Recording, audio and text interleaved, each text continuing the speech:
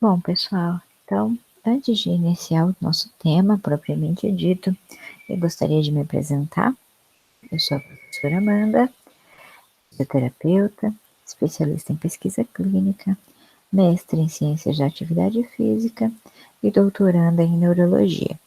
Nos últimos 4 anos eu tenho me dedicado especificamente à reabilitação e à pesquisa pós-trauma crânioencefálico.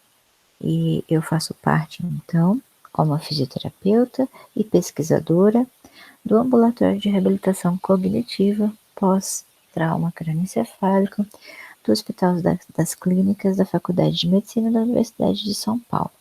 E sou membro da Associação Brasileira de Trauma Crânioencefálico. E, para iniciar falando aqui o nosso tema, nós temos que, antes de falar da intervenção, lembrar do que se trata um trauma crânioencefálico. O trauma crânioencefálico, ele é conceituado como qualquer agressão que acarrete alteração, comprometimento funcional e ou anatômico de regiões encefálicas, bem como do crânio, meninges.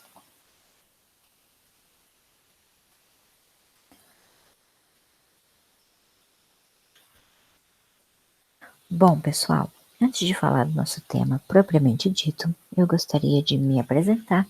Eu sou a professora Amanda, fisioterapeuta, especialista em pesquisa clínica, mestre em ciências da atividade física e doutoranda em neurologia. Nos últimos 4 anos, especificamente, eu tenho me dedicado à reabilitação e pesquisa com a população pós-trauma crânioencefálico. E, portanto, eu sou fisioterapeuta e pesquisadora do Ambulatório de Reabilitação Cognitiva pós-trauma crânioencefálico do Hospital das Clínicas da Faculdade de Medicina da Universidade de São Paulo. Além disso, sou membro da Associação Brasileira de Trauma Crânioencefálico. E para falarmos da intervenção, que é a estimulação transcraniana por corrente contínua, nós temos que antes lembrar do que se trata o trauma crânioencefálico.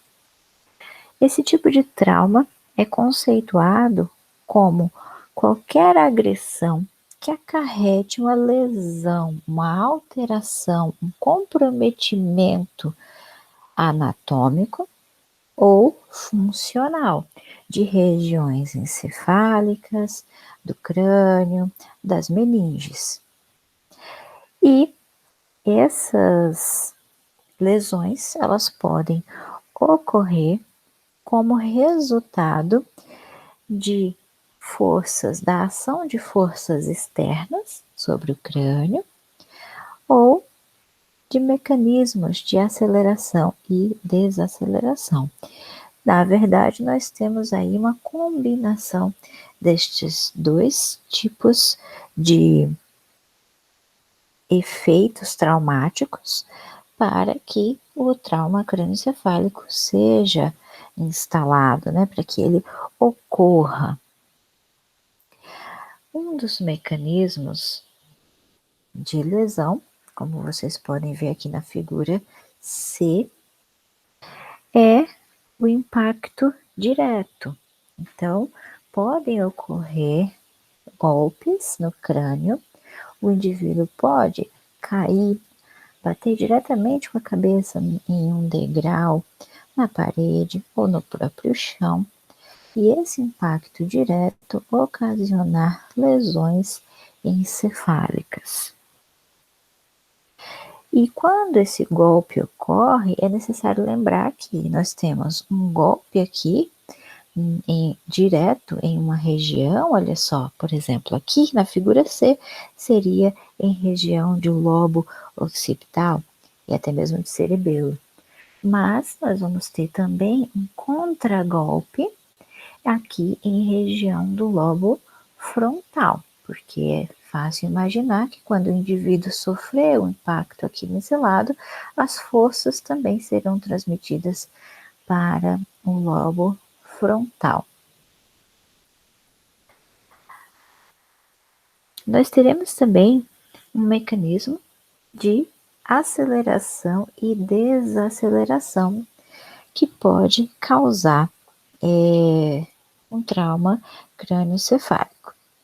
Então, esse mecanismo acontece por quê? Porque quando ocorre um impacto ou quando o corpo é lançado em algum lugar, quando o indivíduo está em aceleração, ele está andando, ele está correndo, ou ele estava em um veículo, ou mesmo ele estava em pé e ele cai, ele realiza o movimento de cair, isso gera uma aceleração do corpo e da massa encefálica.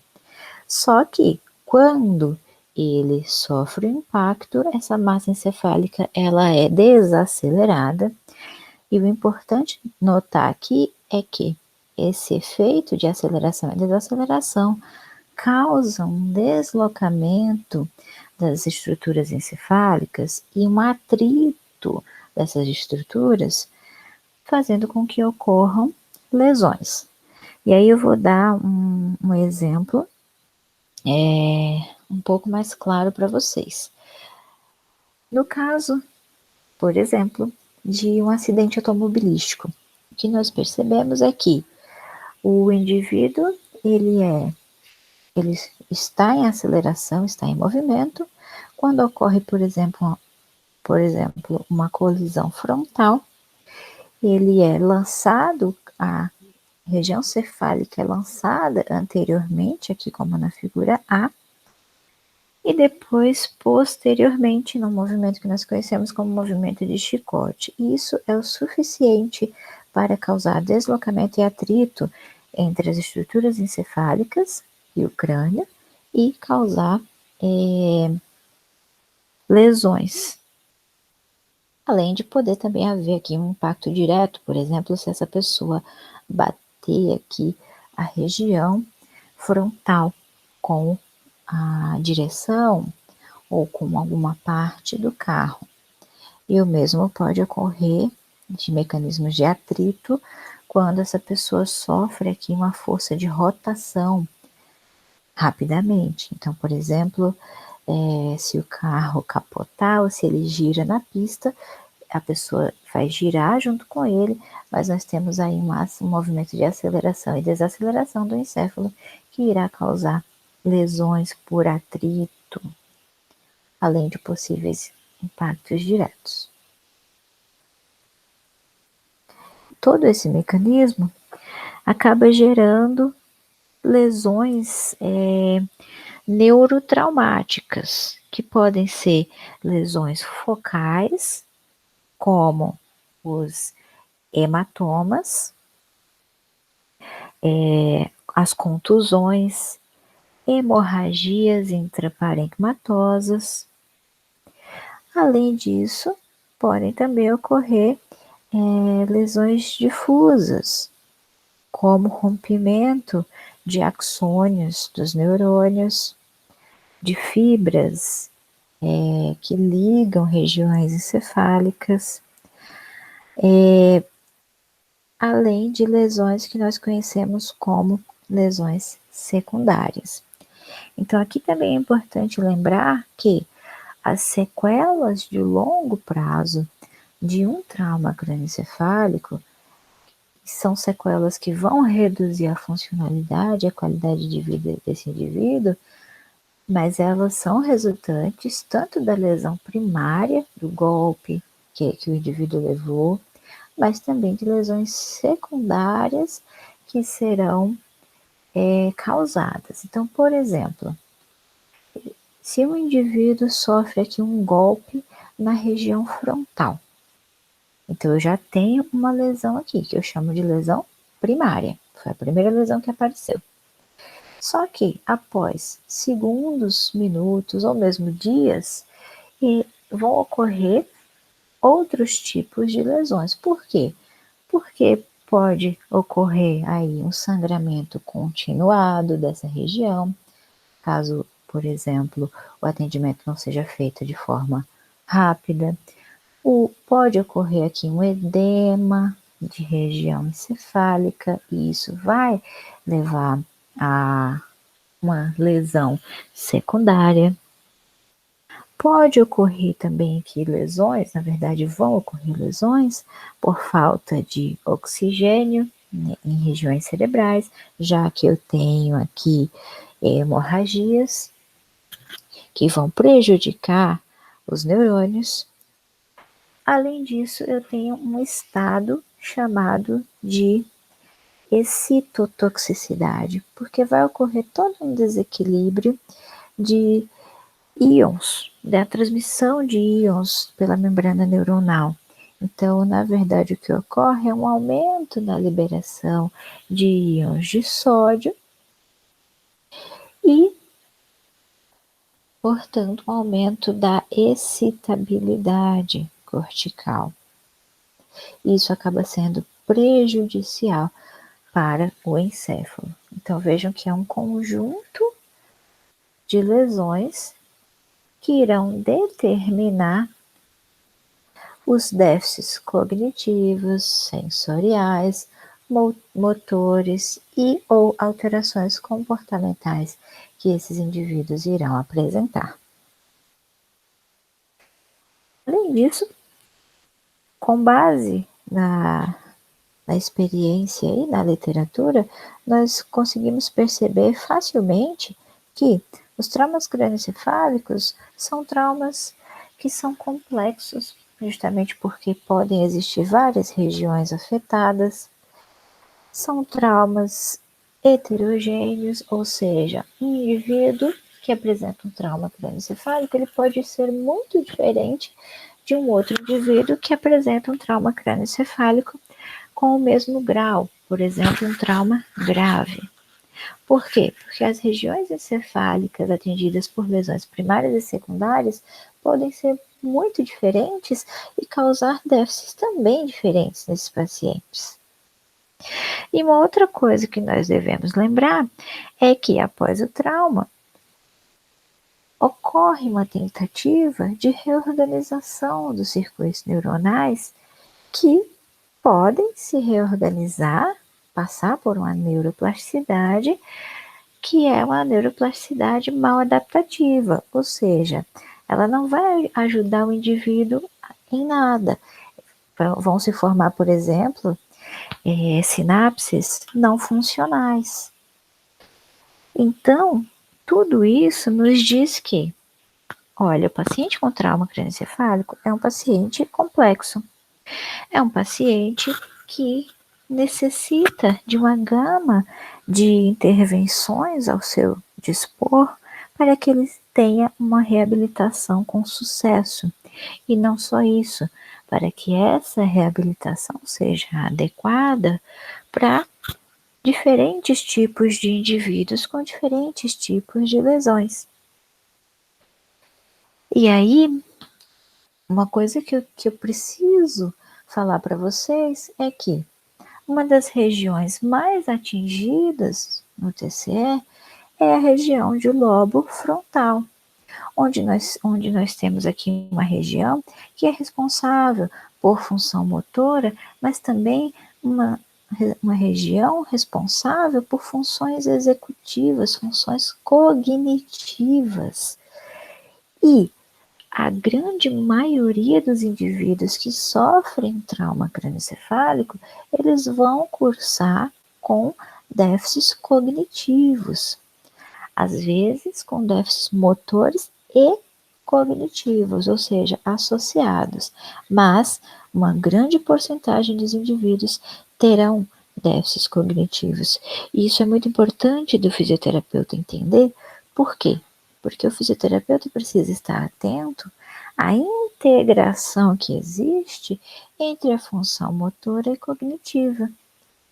Por exemplo, muitas vezes nós podemos focar na reabilitação motora desse paciente e deixar de lado a parte cognitiva No entanto, este paciente só vai ter uma funcionalidade e uma qualidade de vida adequada se ele tiver tanto a parte cognitiva funcionando bem, quanto a parte motora. Então, se a gente olhar para o paciente de forma fragmentada, só para a parte motora, é muito fácil que nós não consigamos atingir um nível de funcionalidade bom para esse paciente. E também quero destacar que para que seja possível trabalhar esse paciente de forma adequada, cognitivamente, a parte motora, a parte comportamental, é também preciso uma reabilitação que contenha vários profissionais com diversas formações, para que os conhecimentos possam ser integrados em prol do paciente. E aí, como eu falei para vocês, há uma necessidade muito grande de que sejam estudadas, descobertas e comprovada a eficácia de intervenções novas que nos tragam aí uma possibilidade, que aumente nossa possibilidade de reabilitar o paciente com trauma crânioencefálico. Portanto, uma dessas intervenções é a estimulação transcraniana por corrente contínua. A ETCC, eu vou chamá-la assim para ficar um pouco mais fácil, ela é uma corrente de baixa intensidade, ou seja, ela utiliza aqui uma intensidade entre 1 e 2 miliamperes, embora nós tenhamos estudos já com 4 miliamperes hoje, mas é uma baixa intensidade. Essa corrente ela é administrada aqui através de 2 eletrodos posicionados no crânio, né, no escalpo, são eletrodos de superfície. E aí eu tenho aqui um ânodo e um cátodo. E esses eletrodos geralmente são envoltos por uma esponja e eles são embebidos em solução salina para que seja facilitada a transmissão da corrente, para que seja reduzida a impedância da pele. E lembrando que é uma corrente contínua, ou seja, não é uma corrente alternada, é uma corrente de fluxo contínuo. E nós temos também com a ETCC 2 tipos de estimulação.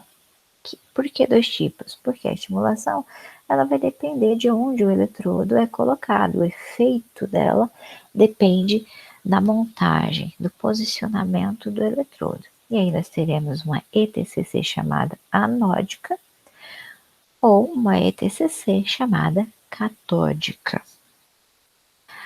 A ETCC, anódica, ela o eletrodo é colocado em cima da área que eu quero estimular.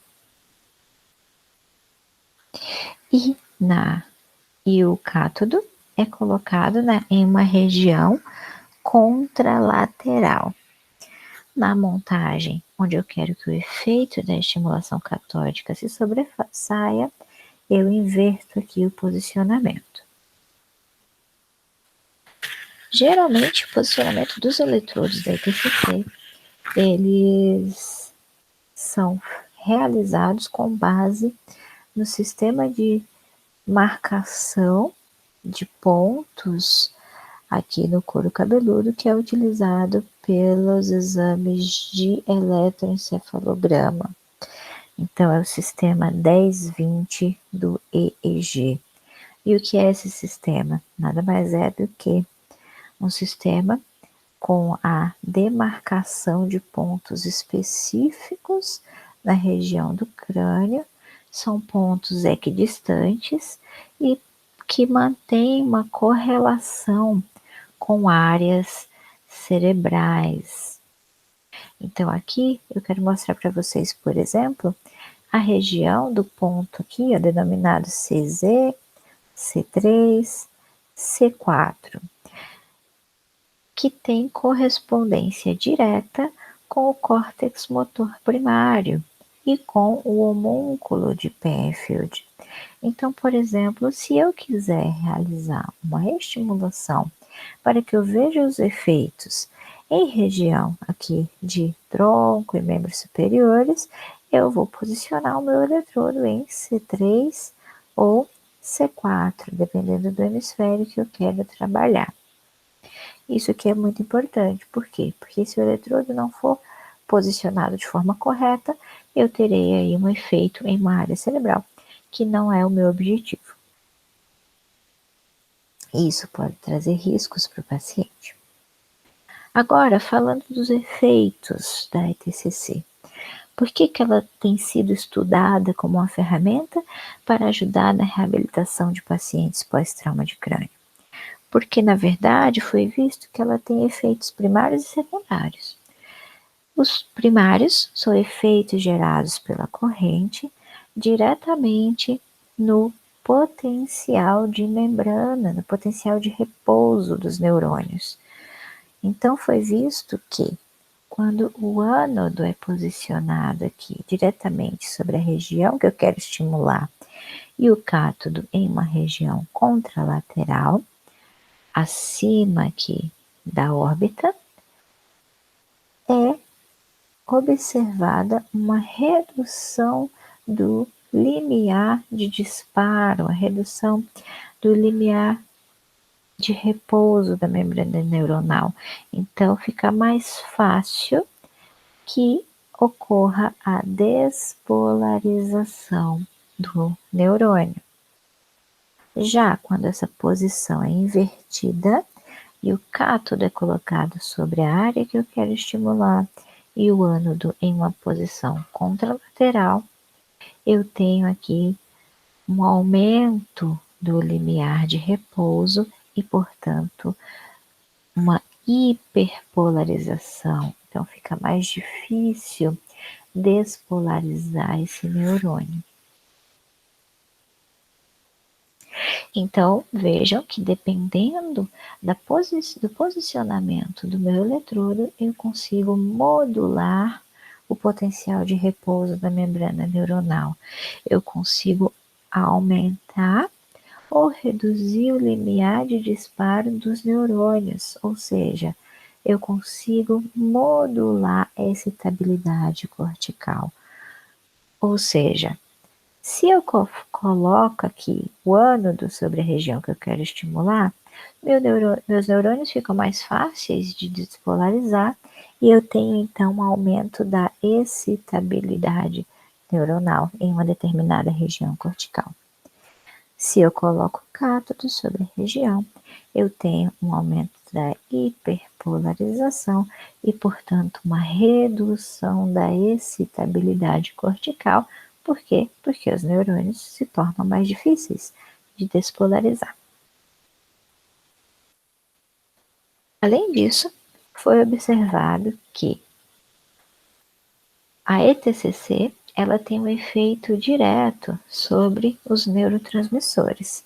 Então, aqui vocês veem um desenho de um neurônio pré-sináptico e de um neurônio pós-sináptico, onde nós vemos que, quando é feita a estimulação anódica, é feita então um bloqueio da transmissão GABAérgica. Então, os neurotransmissores GABA são bloqueados. Então, eu tenho aqui uma facilitação da transmissão glutamatérgica, que são o quê? Que são neurotransmissores relacionados com aumento da excitabilidade cortical, porque eles vão gerar despolarização no neurônio pós-sináptico.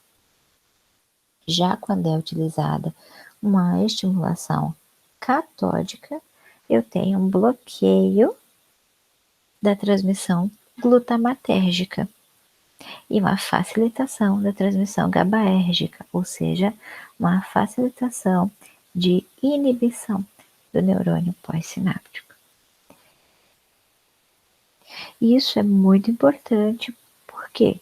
Porque é uma das poucas intervenções que nos dá uma possibilidade de modular a excitabilidade cortical. E nós vamos ver mais à frente que isso pode estar relacionado à indução de neuroplasticidade. Aqui eu gostaria de mostrar para vocês apenas a área de ativação que a corrente é capaz de realizar. Então eu tenho aqui o posicionamento de um ânodo e aqui do cátodo, e vocês veem aqui toda a região cerebral ativada, que fica abaixo do eletrodo e entre os eletrodos. Aqui também, só mudando um pouco o posicionamento do eletrodo, aqui ele está posicionado em córtex pré-frontal dorsolateral esquerdo, uma das áreas muito trabalhadas quando nós queremos observar os efeitos da ETCC na cognição, memória de trabalho, função executiva. Então, nós também vemos aqui uma área de ativação abaixo do eletrodo e entre os eletrodos. Aqui, os dois slides que eu acabei de mostrar para vocês são intervenções com ETCC anódica. E aí, eu pergunto para vocês, nos casos de um TCE, qual a importância, então, de modular a excitabilidade? O que essa modulação de excitabilidade nos proporciona e como eu posso trazer isso para benefício da recuperação pós-trauma? Bom, é sugerido pelos estudos científicos existentes até o momento que a ETCC ela pode ser utilizada em diferentes estágios pós o trauma crânioencefálico. Então, nós consideramos aqui o estágio agudo, subagudo e crônico. No estágio agudo, se vocês lembrarem no começo da aula, eu falei que o indivíduo sofre uma lesão primária e essa lesão primária desencadeia lesões secundárias, que, por exemplo, são aumento na liberação de glutamato, que é um neurotransmissor relacionado ao aumento da estabilidade, e isso aumenta o influxo de íons cálcio nas células neuronais, ou seja, aumenta a excitotoxicidade. Então, fica o cérebro, a região neuronal, a região cerebral, fica tão excitada que isso acaba sendo tóxico para os neurônios e causando lesões. E um dos tipos de consequências que vai acontecer é a proteólise, a quebra de proteínas da membrana neuronal por conta desse excesso de liberação de cálcio. Então, como que a ETCC ajudaria nisso? Bom, eu falei para vocês que a ETCC catódica, ela diminui a estabilidade. Então, alguns estudos nos mostram que seria útil utilizar a ETCC na fase aguda para diminuir a extensão dos danos. Por quê? A excitotoxicidade é prejudicial. Se eu uso uma corrente que diminui a estabilidade cortical, eu diminuo esse dano gerado pelo excesso de excitabilidade. Então, eu limitaria a extensão dos danos. E um paciente com menos dano cerebral é um paciente com menos sequelas, com menos déficits. Então, esse seria um uso na fase aguda. No estágio subagudo, a situação já é um pouco diferente. Por quê? Nos primeiros 3 meses após o trauma, ocorre uma intensa reorganização, intenso processo de neuroplasticidade que é importante para a recuperação do indivíduo. E alguns estudos mostraram que nessa fase, se o indivíduo tem uma excitabilidade cortical pequena, reduzida, se tem um nível de neurotransmissor GABAérgico muito alto, né, neurotransmissor GABA muito alto, isso compromete a recuperação, isso interfere na neuroplasticidade.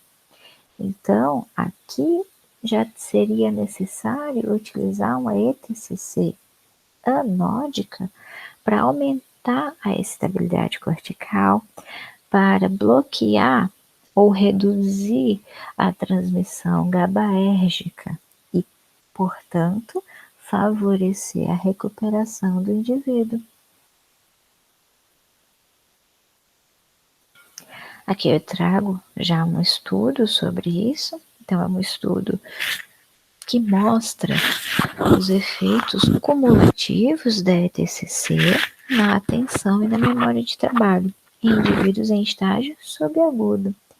E aí foi importante aqui que eles utilizaram 10 sessões de ETCC anódica no córtex pré-frontal dorsolateral e observaram um aumento da excitabilidade cortical associado a uma melhora na memória de trabalho e na atenção.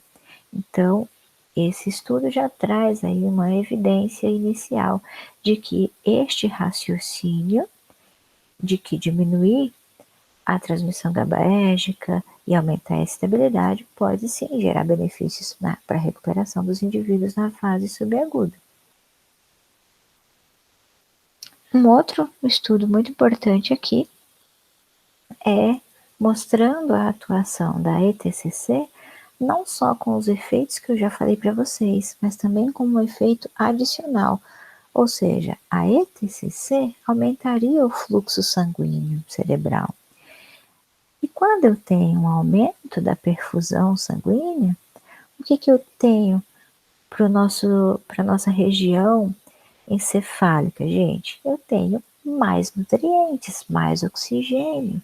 E isso para um cérebro, que acabou de ser lesionado, é primordial, porque ele precisa se recuperar. Bem como metabólitos precisam ser retirados dessa região. Então, esse estudo traz aqui uma evidência inicial de que a ETCC auxiliaria também nisso. E, por fim, os efeitos aqui no estágio crônico, né, o porquê que nós utilizaríamos a ETCC no estágio crônico é que a ETCC foi vista por alguns estudos como responsável ou relacionada com a modulação de neuroplasticidade. Então, ela aumenta a ativação neuronal, ela aumenta a excitabilidade cortical, e aqui eu estou falando da ETCC anódica, que seria adequada para utilizar nessa fase, e por este aumento de excitabilidade e de atividade neuronal, ela causa neuroplasticidade. Uma neuroplasticidade benéfica, adaptativa, interessante para a reabilitação desse indivíduo. E não uma neuroplasticidade mal adaptativa. E esse efeito aqui, o porquê que nós utilizaríamos a ETCC anódica na fase crônica, é que justamente os efeitos secundários dela estão relacionados aqui a mudanças funcionais nas sinapses, ou seja, mecanismos de neuroplasticidade por potencialização de longo prazo ou potenciação de longo prazo. E o que é isso, professora? Bom, e aqui eu vou mostrar para vocês um estudo, né, com modelo animal, tá? Mas que mostra que a possível explicação do que ocorre após a ETCC anódica. Foi visto que quanto mais um neurônio é ativado, quanto mais ele é excitado em uma determinada sinapse, mais isso vai exigir uma sincronização de atividade entre o neurônio pré-sináptico e pós-sináptico. E isso faz com que o neurotransmissor sendo liberado aqui na fenda sináptica, ele se ligue aos receptores adequados, que aqui no caso são receptores NMDA, e aumente o influxo de cálcio do neurônio pós-sináptico. Esse influxo de cálcio serve como um sinalizador de que há uma atividade aumentada desse neurônio pós-sináptico. Isso desencadeia uma cascata de alterações que acabam na geração, formação de novas proteínas que serão colocadas aqui na membrana desse neurônio. Então pensem comigo, se esse neurônio agora, ao invés de ter, obviamente eu estou dando um exemplo meramente ilustrativo, tá?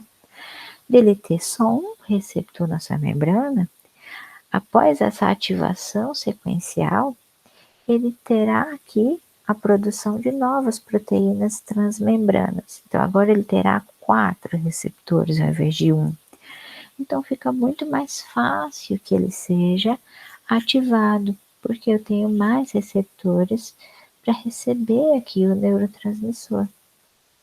Então, ele dispara de forma mais fácil.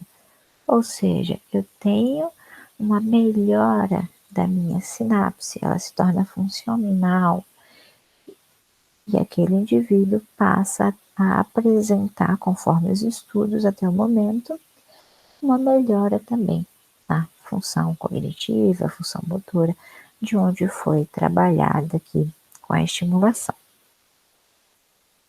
E aí eu trago para vocês um outro estudo que mostra isso. Na verdade, é um estudo que combinou a ETCC com o treino de reabilitação computadorizado e nos traz aqui que após 10 sessões de ETCC, no córtex pré-frontal dorsolateral, houve um aumento das habilidades de atenção e que esse aumento, essa melhora, foi mantida por um mês após a intervenção. Aqui mais um estudo, só que esse estudo aqui, o objetivo foi a melhora na memória imediata e foi observado que após 3 sessões da ETCC, houve um aumento na memória de trabalho e no nível de funcionamento cortical, o que foi benéfico para os indivíduos. Esse aqui é um estudo, no caso, é o estudo que está em andamento no meu doutorado, que também tem como objetivo a observar aqui o efeito da ETCC associada ao treino computadorizado, com o objetivo de melhorar memória de trabalho, atenção, funções executivas em geral, que serão verificadas, realizadas medições imediatamente após 10 sessões e será feito um seguimento com follow-up de 3 meses, justamente para que a gente consiga trazer uma evidência sobre esse efeito e reforçar os estudos que foram feitos inicialmente. Ou, caso não exista esse efeito, também demonstrar para a comunidade científica que é uma intervenção que precisa, de fato, ser mais estudada para que a gente possa entender melhor o efeito após o trauma crânioencefálico. E aí eu tenho só algumas observações para finalizar sobre o que deve ser levado em consideração nos casos de TCE para que eu faça uma aplicação adequada da ETCC. Bom, como eu falei para vocês, os indivíduos que sofrem com TCE, eles podem ter uma série de danos, bem como uma série de complicações. Então, eu preciso observar a existência de placas. Então, muitas vezes o indivíduo ele sofre uma lesão com a fratura de crânio, uma perda de continuidade da calota craniana, uma perda mesmo de algum osso, pedaço, fragmentos. e ele precisa passar por uma cirurgia para colocar uma placa de titânio ou de metilmetacrilato para que essa falha no crânio deixe de existir. Mas é importante observar a existência dessas placas e vocês vão entender o porquê. Defeitos cranianos, tá? Precisa observar. Precisa observar aqui também se o paciente usa uma medicação que vai interferir no efeito da ETCC. Aqui no caso eu coloquei antagonista de NMDA, porque a ETCC ela age diretamente aumentando aí a ativação glutamatérgica. Então, se eu uso um medicamento que diminui a ativação glutamatérgica, eu vou ter um conflito aí entre a ação desses dois. Eu preciso observar também alterações de volume no líquor e perda de massa encefálica. Por quê? Porque tudo isso vai afetar a quantidade de corrente que eu vou conseguir que atinja o encéfalo e nos efeitos da ITCC, podendo até gerar algum efeito prejudicial no indivíduo se eu não observar essas questões. E um estudo muito importante é um estudo que mostra justamente como a corrente se comporta em caso de defeitos ou de placas cranianas. Então foi visto que se o eletrodo ele é colocado em cima de um efeito pequeno, essa corrente ela vai se concentrar só no defeito. Vejam que eu não tenho mais aqui ativação de região entre eletrodos. Isso pode ser prejudicial, porque ao invés de ativar uma região maior, eu estou concentrando toda a intensidade em uma só região. Isso pode realmente levar a uma lesão. Se o defeito ele está posicionado, entre os eletrodos, aí eu já não tenho uma interferência tão grande no fluxo de corrente. Caso eu tenha aqui um defeito grande e o eletrodo seja colocado em cima, posicionado em cima desse defeito, eu tenho um desvio da corrente, vejam que ela vai se concentrar aqui na borda do defeito craniano, tá? Onde está mais aqui as regiões em vermelho. Se eu tenho um indivíduo que apresenta placa metálica em titânio, eu também tenho um desvio do fluxo de corrente para a borda do defeito. Então, tudo isso, gente, tanto na situação anterior como nessa da placa de titânio, pode sim gerar um dano. Então, é preciso observar, não dá para sair aplicando a ETCC sem observar as características específicas que um paciente com trauma crânioencefálico apresenta. Caso contrário, você vai expor ele a riscos desnecessários. E se o paciente tem uma placa acrílica, foi visto, na verdade, que há uma atenuação da passagem da corrente. Então, a corrente não chega totalmente como deveria chegar. Então, pode ser que você não consiga os efeitos desejados porque a corrente não passou e não atingiu a região encefálica. E aqui mostrando o posicionamento do defeito entre os eletrodos, que teve pouca interferência no fluxo de corrente, e de placa entre os eletrodos, onde nós vemos aqui que a placa de titânio causa uma grande interferência no fluxo de corrente, com concentração da corrente aqui nas bordas dela, e a acrílica, nós temos aí uma pequena redução da passagem de corrente, mas não tanto quanto quando o eletrodo é posicionado em cima da placa. Então, pessoal, é isso. Eu espero que tenha ativado a curiosidade de vocês sobre a aplicação da ETCC e sobre o trauma crânioencefálico.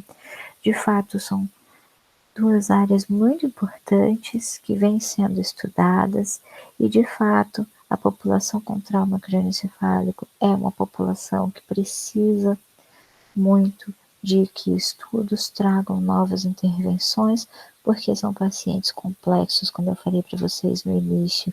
Então, é necessário que sejam feitos esforços para trazer resultados de intervenções que realmente possam ajudar esses indivíduos. Se vocês tiverem dúvida, fiquem à vontade para entrar em contato comigo. Eu tenho aqui tanto o endereço do Instagram como meu endereço de e-mail.